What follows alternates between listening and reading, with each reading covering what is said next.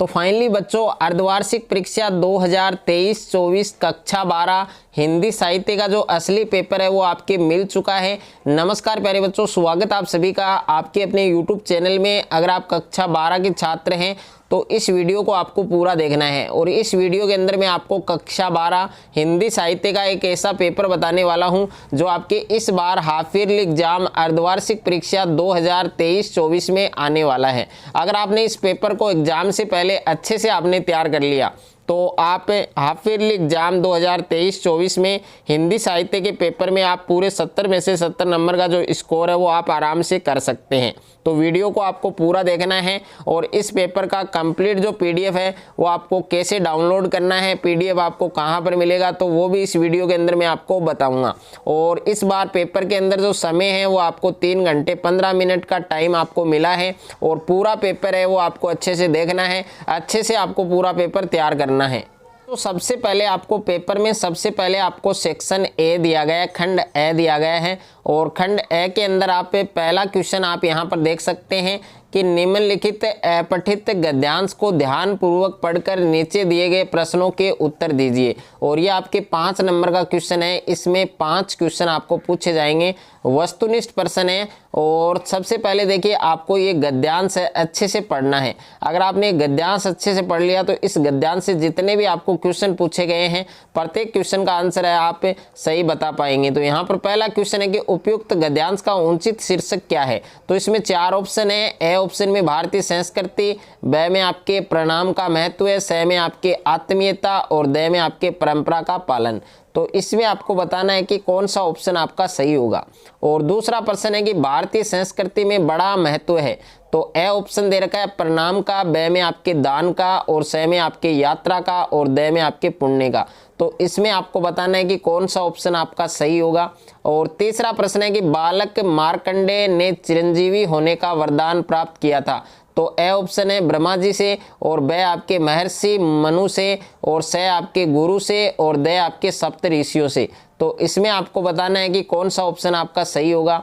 उसके बाद में क्वेश्चन नंबर 4 है आपके कि सेवा परिणाम से वृद्धि होती है। तो ए ऑप्शन है आयु, विद्या, यश और बल और ब है आपके आयु और बल और स में आपके धन और द में आपके यश।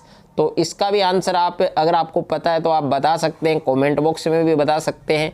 5वां प्रश्न है कि वह मानव शरीर व्यर्थ है जो सज्जनों और गुरुजनों के सम्मुख नहीं झुकता। यह कथन किसका है। संत कबीर, ब में महर्षि मनु, स में आपके संत तुलसी, द में उपयुक्त सभी। उसके बाद में देखिए सेकंड क्वेश्चन आपको पेपर में दिया गया है कि निम्नलिखित अपठित काव्यांश को ध्यानपूर्वक पढ़कर दिए गए प्रश्नों के उत्तर अपनी उत्तर पुस्तिका में लिखिए। ये वाला क्वेश्चन भी 5 नंबर का है। तो देखिए ये काव्यांश है, इस काव्यांश को भी पहले प्यारे बच्चों आपको अच्छे से पढ़ना है। अगर आपने एक काव्यांश अच्छे से पढ़ लिया तो इस काव्यांश से संबंधित जितने भी क्वेश्चन आपको पूछे गए हैं प्रत्येक क्वेश्चन का आंसर आप सही बता पाएंगे। तो यहाँ पर पहला क्वेश्चन है कि काव्यांश के लिए उपयुक्त शीर्षक है। तो ए ऑप्शन में आपके सुख और दुख, ब में आपके मेरा जीवन और स में आपके संसार और द में आपके विश्वास। तो इसका भी सही उत्तर आपको बताना है। दूसरा प्रश्न है कि कवियत्री संसार को बताती है। तो ए ऑप्शन में आपके असार, ब में आपके सुख सार, स में आपके चिंताग्रस्त और द में आपके मतवाला। उसके बाद में देखिए नेक्स्ट है आपके क्वेश्चन नंबर 3 कि उत्साह उमंग निरंतर रहते मेरे जीवन में पंक्ति में प्रयुक्त अलंकार है। तो ए ऑप्शन में रूपक, ब में आपके श्लेष, स में आपके अनुप्रास और द में आपके उपमा।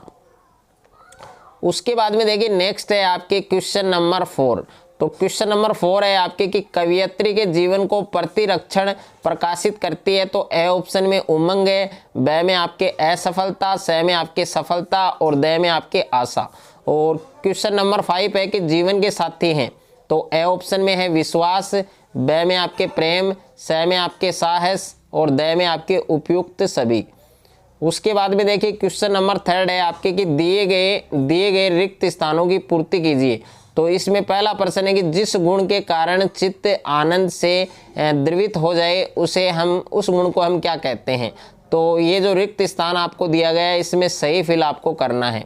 और दूसरा क्वेश्चन है कि जहां काव्य में व्याकरण के नियमों का उल्लंघन करके शब्दों का प्रयोग किया जाता है वहां दोष होता है। तो इस रिक्त स्थान में क्या आएगा। तीसरा है आपके कि बिना पद चले सुने बिनु काना पंक्ति में कौन सा अलंकार है। और क्वेश्चन नंबर 4 है कि देवसेना का गीत प्रसाद जी के किस नाटक से संकलित है।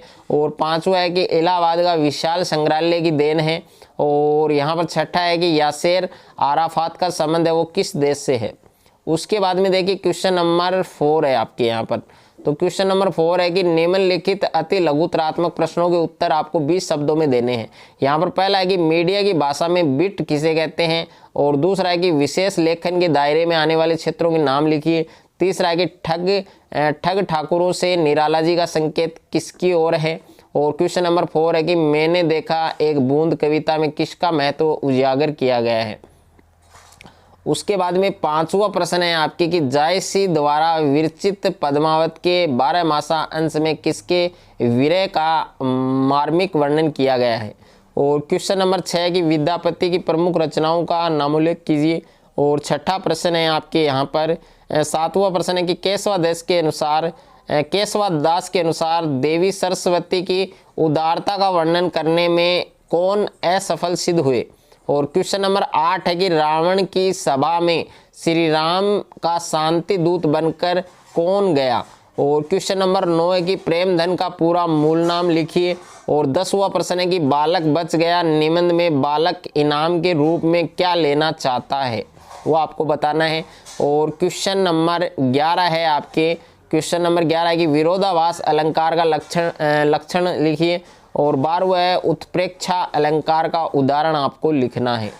उसके बाद में देखिए यहाँ पर सेक्शन बी है, खंड ब है। खंड ब में आपको प्रश्न संख्या 5 से 14 प्रत्येक प्रश्न के लिए अधिकतम शब्द सीमा 40 शब्द है। 5वां प्रश्न है कि फीचर क्या है स्पष्ट कीजिए। 6ठा प्रश्न है कि समाचार किस शैली में लिखे जाते हैं उक्त शैली की विशेषता लिखिए। और उसके बाद में 7वां प्रश्न है कि दोहा छंद का लक्षण और उदाहरण लिखिए। 8वां प्रश्न है सूर्यकांत त्रिपाठी निराला या ब्रजमोहन व्यास के व्यक्तित्व और कर्तृत्व पर प्रकाश डालिए। 9वां प्रश्न है आपके कि बनारस में वसंत का आगमन कैसे होता है और उसका बनारस पर क्या प्रभाव पड़ता है। 10वां प्रश्न है कि बालक से उसकी उम्र और योग्यता के ऊपर के कौन कौन से प्रश्न पूछे गए। 11वां प्रश्न है कि भैरव ने सूरदास की झोपड़ी क्यों जलाई। और 12वां प्रश्न है बूढ़े त्रिलोक सिंह को पहाड़ पर चढ़ाना जैसी नौकरी की बात सुनकर अजीब क्यों लगा, ये आपको लिखना है इसमें। क्वेश्चन नंबर 13 है कि कोयला किसे कहते हैं, इसकी विशेषताएं बताइए। क्वेश्चन नंबर 14 अब मालवा में वैसा पानी नहीं गिरता जहां गिरा करता था, उसके क्या कारण हैं, क्या रीजन है। और उसके बाद में खंड 6 है आपके। खंड 6 में प्रश्न संख्या 15 है कि बड़ी बहुरिया का संवाद हरगोविंद क्यों नहीं सुन सका, हरगोविंद की मनोदशा का वर्णन अपने शब्दों में कीजिए। अथवा में प्रश्न दिया गया है, इसका जो उत्तर है वो आपको 60 शब्द में देना है। और अथवा में प्रश्न है कि शेर कहानी के मूलाभाव को स्पष्ट कीजिए। और क्वेश्चन नंबर 16 है कि हम 100 लाख बार बनाएंगे, इस कथन के संदर्भ में सूरदास के व्यक्तित्व का विवेचन आपको करना है। और अथवा में प्रश्न है कि गर्मी और लू से बचने के उपायों का विवरण दीजिए। और क्वेश्चन नंबर 17 है कि कविता लेखन में किन किन बातों का ध्यान रखा जाना चाहिए। और अथवा में प्रश्न है कि कहानी के तत्वों पर विस्तार से प्रकाश डालिए। और उसके बाद में है बच्चों खंड द यानी सेक्शन डी। सेक्शन डी में क्वेश्चन नंबर 18 है कि निम्नलिखित पठित पद्यांशों में से किसी एक की सप्रसंग व्याख्या कीजिए।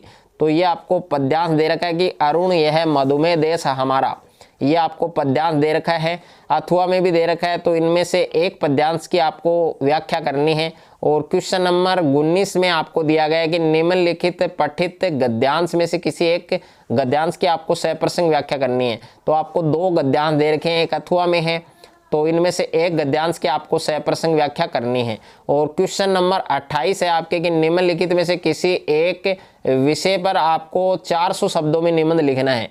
तो एक है आपके मेरा प्रिय साहित्यकार, दूसरा है भ्रष्टाचार एक विकराल समस्या, तीसरा है राष्ट्रीय एकता की आवश्यकता, और चौथा है यदि मैं देश का प्रधानमंत्री होता। और उसके बाद में है विद्यार्थी जीवन और अनुशासन।